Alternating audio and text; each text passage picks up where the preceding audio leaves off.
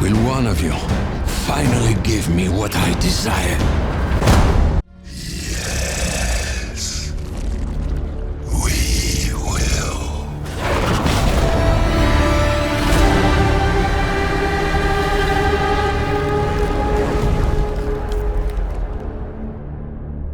What's going on, guys? RBG here, bringing you another video on Marvel Spider-Man 2. Even though news has been relatively scarce, we're going to keep the ball rolling on things we could possibly see this year.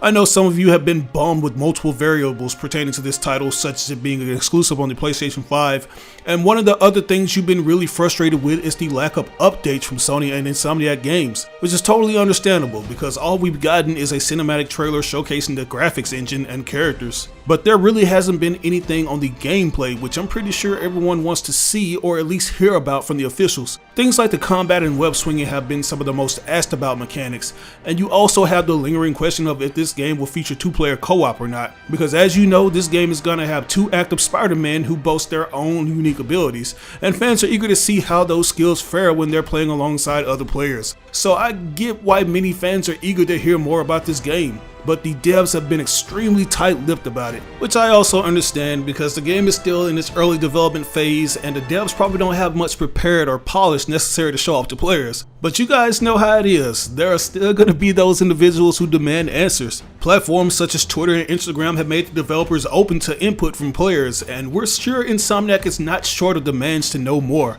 Like, this studio gets bombarded with questions on a daily basis. I still remember how much they got hounded and accused of being lazy for not including the Raimi Spider-Man suit upon launch for the first game. When they finally gave it to us, they didn't get a thank you, let alone an apology from all their harassers. I can't help but feel like Insomniac has a lot of pressure put on them to deliver multiple things to the fandom who just want to experience the best Spider-Man game. Whether it be comic book enthusiasts who want to see their favorite costumes make it into the game, or avid gamers who want to experience the game on their preferred platform of choice without having to go on a wild goose hunt for a PlayStation 5. I can't help but feel sorry for them when they have to respond to all of these different fans, especially when they post things unrelated to Marvel Spider-Man 2 on social media but still get questions about that particular game. Following a tweet from the developers last week featuring only a sandwich emoji, one of these requests came again. A fan by the name of Bader vented their frustration towards the developers, tweeting, "Give us some updates about Spider-Man 2, followed by the frustrated face emoji, which Insomniac responded with a pretty funny tweet that essentially answered the question,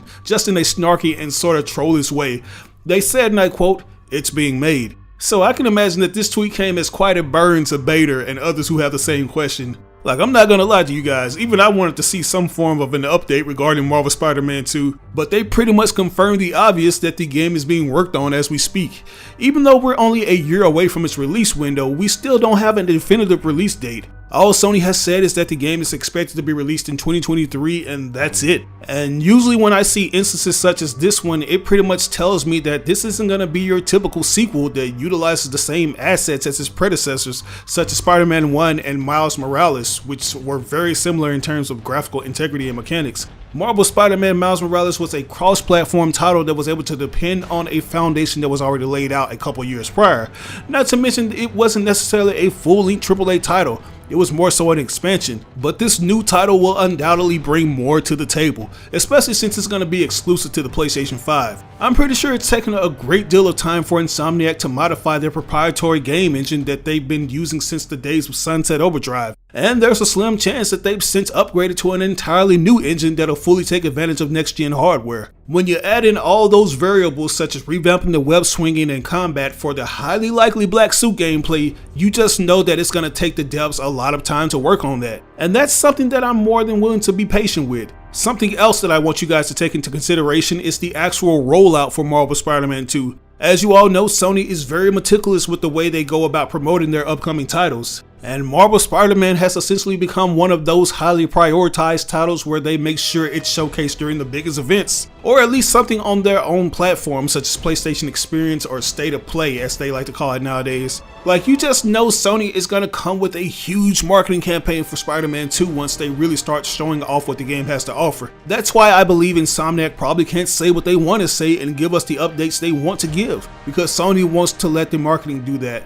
If they were to update us on everything via tweets or PlayStation blog, it would take away from the surprise once they do a reveal trailer or gameplay showcase. So all we can do at the moment is look into the leaks and rumors and speculate what's true and what's not. But whatever the case may be, we're just gonna have to wait. And according to a PlayStation insider, we may be waiting for quite a while. This information comes courtesy of comicbook.com, so I gotta give a big shout out to them for highlighting this. They say, and I quote, "A PlayStation insider has shared an update on when we will see Marvel Spider-Man 2, a game Insomniac Games and PlayStation announced for PS5 last year, and a game we haven't heard anything about since.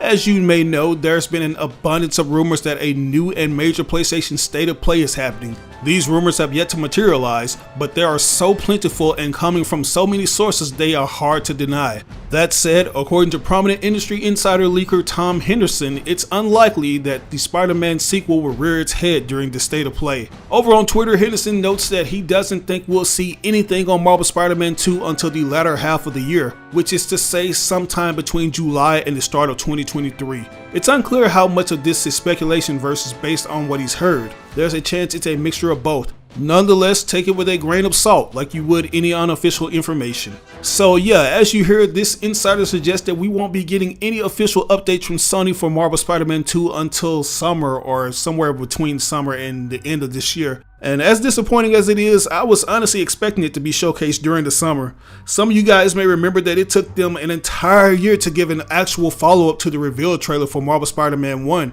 We got the first trailer in June of 2016, and a year later in June of 2017, we got the gameplay trailer showcasing the different mechanics such as the gadgets and traversal mechanics. And it looks like Marvel Spider-Man 2 is going to go through a similar gap in time when it comes to getting a gameplay trailer or any other updates. Like the reveal trailer came out in September of last year, and by the time we do get a new trailer, it'll have been a little under a year since we had gotten the first reveal trailer. And once again, I think this is the best way to go about things. Although the PS5 units are becoming more accessible in retail stores and Sony has been inviting PSN users to purchase them online, there's something customers need to stay alert on if they ever want to get their hands on the console. And unfortunately, not everyone has time to focus all their energy on that. But I do believe this long wait in Spider-Man 2's updates will play into Sony's favor and create more hype for the PlayStation 5. I'm pretty sure more people will have acquired the system before the summer hits. But anyone who does own the console at the moment can easily tell you that you're not really missing out on much. The video game library is still in its infancy, like it's still relatively small. Some of Sony's biggest titles such as Horizon Forbidden West and the highly anticipated God of War Ragnarok are available on last and next gen hardware, which alleviates the frustration of those wanting a PS5 to play the games, but they just so happen to own a PS4 so they can still experience these new titles. Like, I know I'm shaking the hornet's nest since there are still those campaigning for Marvel Spider-Man 2 to get that same treatment, but some games are just fortunate enough to have that luxury, and who knows? Maybe by the time we do get a gameplay reveal for Marvel Spider-Man 2, Sony will also announce that it'll be available on the PlayStation 4. They seem to be taking every step imaginable to maximize their earnings to avoid being slowed down by the chip shortage. Like, who would have thought we live in a time where we see a PlayStation exclusive such as God of War 2017 be available on the PC? This is a new era where those titles are becoming nothing more than timed exclusives, and Sony knows that the PC gaming market is a lucrative one. But anyways, expect a rollout train of updates and promotions once we do get that trailer this summer. If you know anything about Sony and Spider-Man, you just know we're gonna get a lot of updates from the official website and on their YouTube channel, as well as extensive coverage from sites like Game Informer, which is their go-to platform / magazine. But while we do wait for that, I want to hear your thoughts on this. Are you disappointed that we won't get an official update or reveal until the summer or somewhere at the end of this year? Or do you believe we'll get something sooner? Let me know in the comments below. As always, I ask you like or dislike the video. It doesn't have to be a thumbs up, it can be a thumbs down. But if you really enjoyed this video, I'd appreciate it if you shared it with all your friends and followers on different social media outlets. Sharing really makes a difference. But once again, this is your boy RBG, signing out on another video. I'll catch you guys later.